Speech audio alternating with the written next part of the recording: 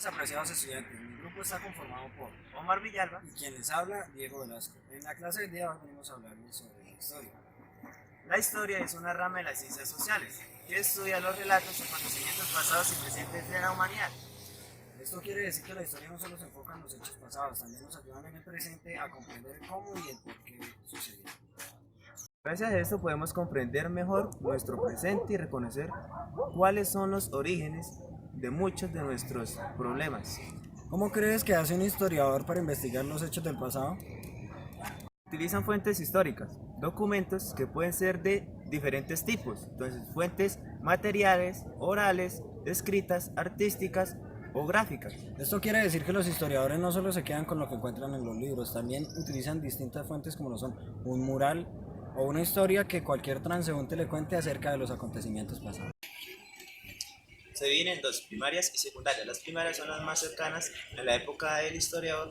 Investiga, por ejemplo, la reproducción de grado de alguna tumba de un faraón.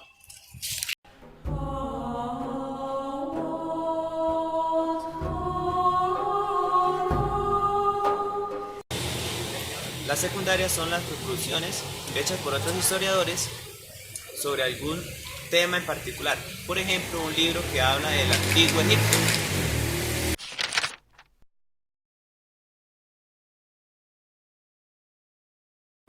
Los historiadores fragmentan el estudio del pasado en diferentes edades.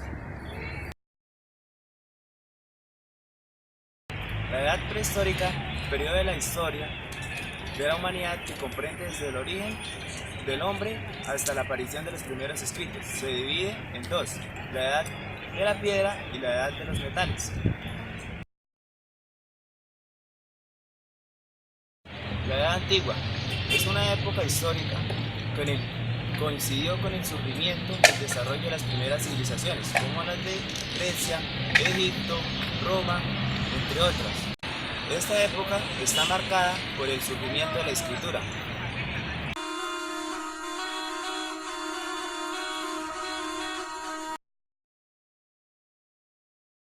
La Edad Media es un periodo histórico, el cual abarca desde el siglo V hasta el siglo XV. Fueron 10 siglos de historia, el cual se enmarca por la caída del Imperio Romano de Occidente.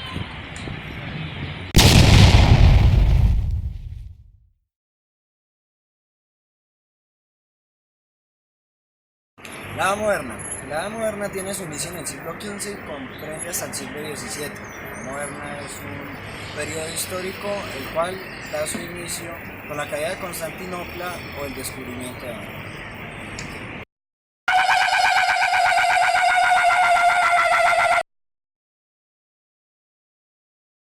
La edad contemporánea surgió en el siglo XVIII con el inicio de la Revolución Francesa. En esta etapa se realizaron bastantes cambios para la humanidad. Cambios que le ayudaron a mejorar su calidad de vida. Esta etapa se caracteriza por La consolidación del sistema de gobierno republicano. la expansión y afianzamiento de los derechos fundamentales del hombre, la libertad y la igualdad. A continuación, les haremos un video como material complementario de estudio. ¿Sabes que cuando hablamos de historia no siempre hacemos referencia al pasado? Sigue mirando.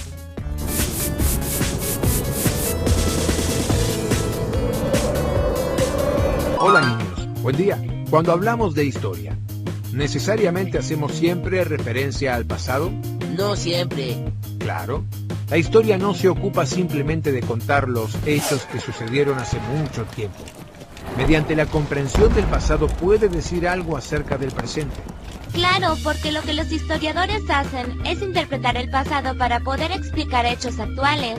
Muy bien, Michael. Así, entendiendo cómo y por qué pasaron las cosas, podremos comprender mejor nuestro presente y reconocer cuáles son los orígenes de muchos de nuestros problemas. ¿Cómo creen ustedes que hace un historiador para investigar los hechos del pasado? Utilizan fuentes históricas. Fuentes históricas o documentos que pueden ser de diferentes tipos. Fuentes materiales, orales, escritas y artísticas o gráficas. Cierto. Además yo leí que también pueden ser primarias o secundarias, según cuando se hayan producido. Las primarias son las más cercanas a la época que el historiador investiga. Sí, por ejemplo, la reproducción del grabado de alguna tumba de un faraón se transforma en manos del historiador en una fuente primaria a la hora de estudiar el antiguo Egipto. Exacto. En cambio, las secundarias son las producciones hechas por otros historiadores sobre algún tema en particular, como un libro que habla sobre el antiguo Egipto. Bien, ¿y qué otros recursos utilizan? Los ejes cronológicos para ondear los hechos que sucedieron en el pasado. ¿Y cómo lo hacen? ¿Cuál es el comienzo del eje? Depende de lo que quiera ubicar y del calendario que utilice. Si el eje se construye tomando como referencia la era cristiana, el punto de partida será el nacimiento de Cristo. A la derecha del año 1, nacimiento de Cristo, los sucesos se contarán con números positivos y a la izquierda con números negativos. Y para escribir alguna fecha anterior al nacimiento de Cristo se usa la abreviatura AC. En cambio, si ocurrió después del nacimiento de Cristo, se pone DC.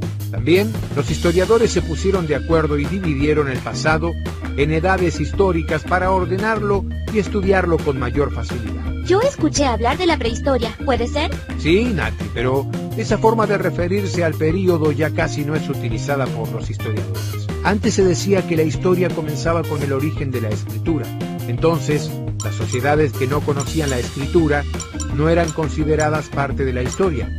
Hoy se valora también a las sociedades ágrafas, es decir, a las que no tenían escritura, ya que produjeron otras formas de comunicación.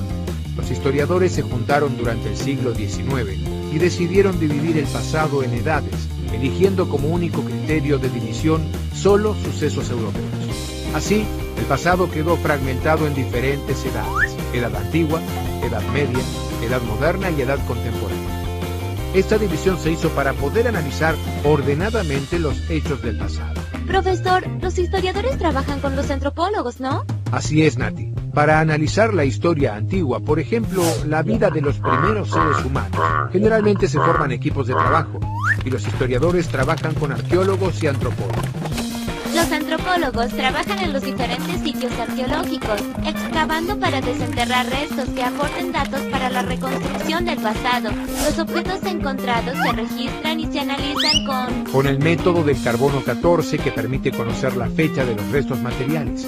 Se miden los partes de radioactividad que contiene la materia encontrada, que fue disminuyendo lentamente desde la desaparición del ser vivo. Así se reconstruye la historia de muchas sociedades, aunque no hayan dejado nada escrito.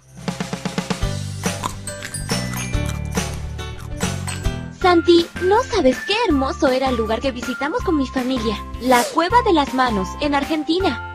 Fuimos a muchas cuevas que tenían pinturas rupestres hechas por los hombres y mujeres que, según nos explicó el guía turístico que nos acompañaba, vivieron durante el Paleolítico. Ahora puedo entender más acerca de la vida de los primeros seres humanos hace millones de años. Es que pensar en cómo vivían quienes pintaron esas cuevas es fabuloso. Los primeros seres humanos tuvieron que sortear muchos problemas para vivir. Qué interesante. En la siguiente actividad los invitamos a resolver una corta oración.